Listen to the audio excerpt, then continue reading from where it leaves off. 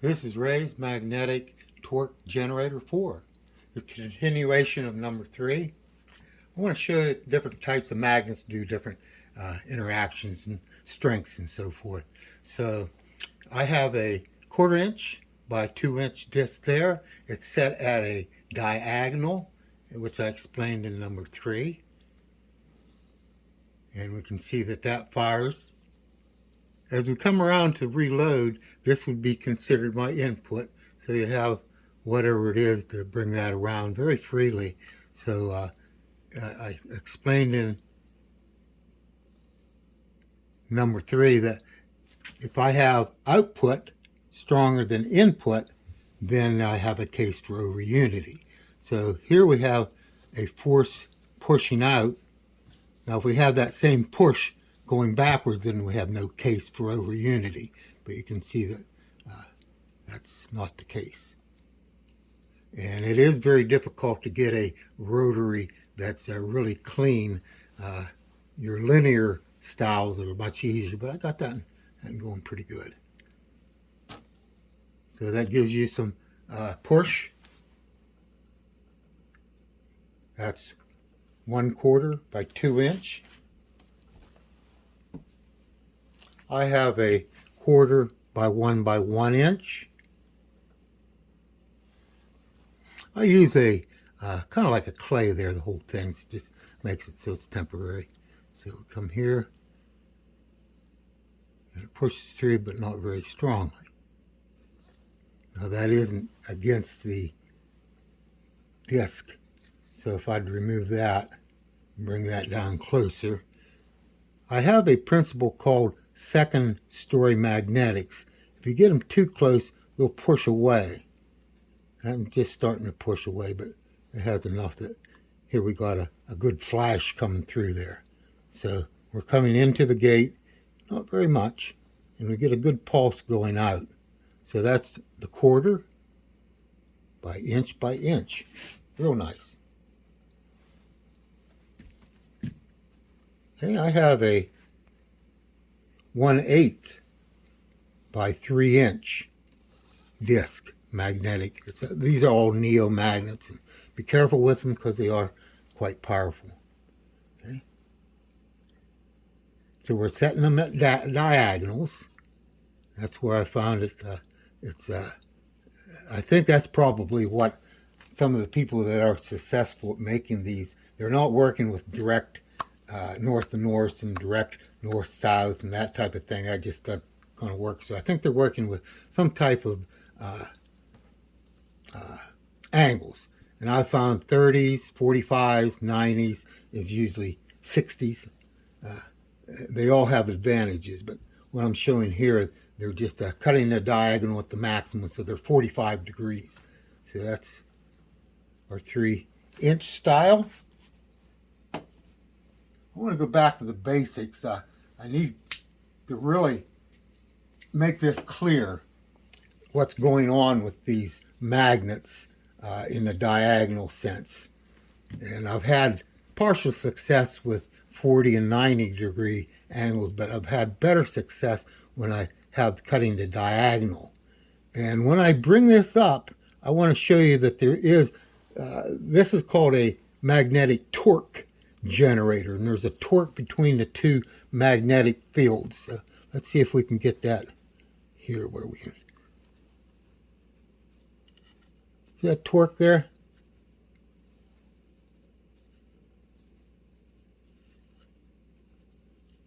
It's torquing it. Those are the magnetic fields that are torquing. Go on the other side, let's see what it does.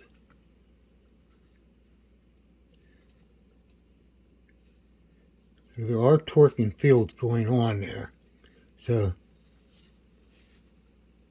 what happens though when you hold the, I call these activators, a lot of people call them stators, but I'm keeping that from torquing.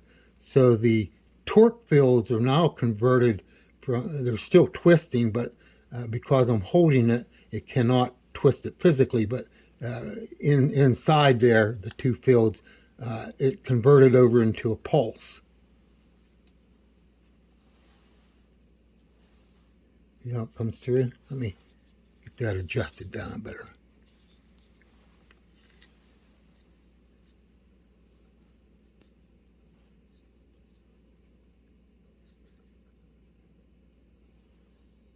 There we go. It's causing a self-acting pulse. The diagonal fields, the twisting, pulling fields, they seem to initiate a self-acting pulse. So it pulls it in, pulls it through, and pushes it out. So that was my first discovery. You can see that has a nice pulse to it. Okay, so I wondered what was going on in between that. I knew that somehow that torquing field was producing a linear effect. So I watched it very, very carefully. And I believe this is what's happening, and I'll demonstrate this also. As they approach each other, the two magnetic fields, they have a compression, a magnetic compressing. And because it's self-acting, I don't have to push this in. That would take away your over unity effect. So this is all on its own. As soon as it gets into those fields where it grabs, it pulls in, and while it's pulling in by itself, it's compressing it. On the other side, there's kind of like that magnetic expansion or release that's very sudden, and that pushes it away. So in between here, this is the other way I looked at it also. You have your neutral zone in here, and you can take a nail or something on a magnet, and if you're real careful, you can touch up through there and it doesn't pull in. Whether that has anything to do with it, but on each side of that neutral zone, I've noticed that there's either a compression or an expansion. So I want to show that a little bit better. Number 3, I didn't get that shown very good. So let's bring that over, make sure that's showing. I want to bring the back better. Okay, there we can see it.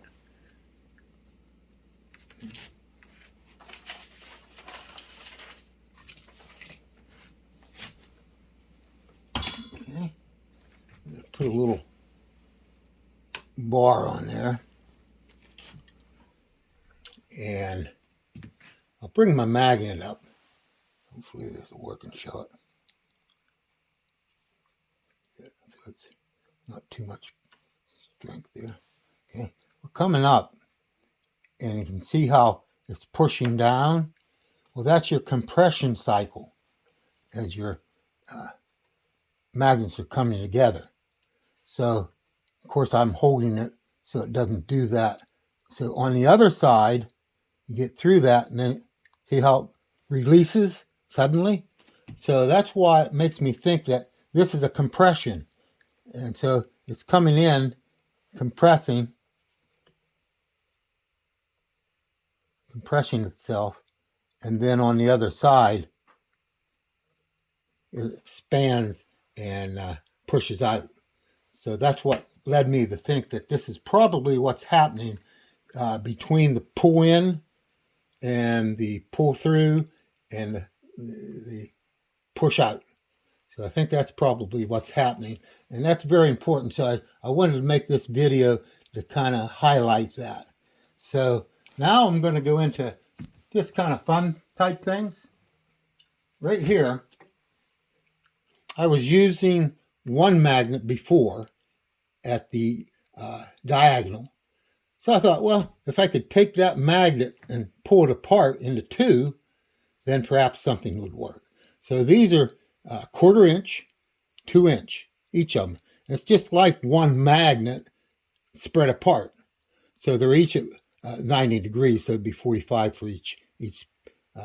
So it's really cutting the diagonal again. So we're cutting the diagonal. That's what I found out, that there's something in that. So that's why I'm highlighting this. So anyhow, we're coming around. We're going to be highlighting that principle.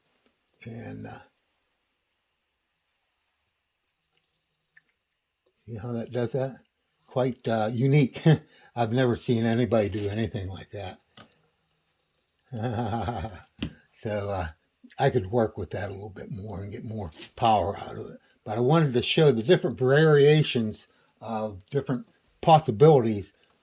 I'm not trying to make a self-generating, self-running device at the moment anyhow. I'm just trying to understand the principles, what's going on, why is it doing what it does. I would think if you had these and you had 3 or 4 of them stacked, you might be able to get something that was possibly self-running. Now we're going through the generator right now. I'm going to disconnect the little generator and we'll see without the generator. Let's see. Much more. So there is some, if we had several stacks on there, we might be able to have something going. But anyhow, I just wanted these principles set down. Enjoy your inventing, and if you'd like to visit my coffee, buy me a coffee, you can. Okay, let's go back to the original. I had that 3 inches fun. Hold that up there. And this is the north.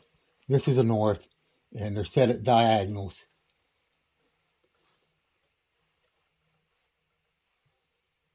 You get pretty good pull out of those. So it's all getting the angle correct, and just working with it. It's a lot of fun. Thank you very much. Enjoy your day.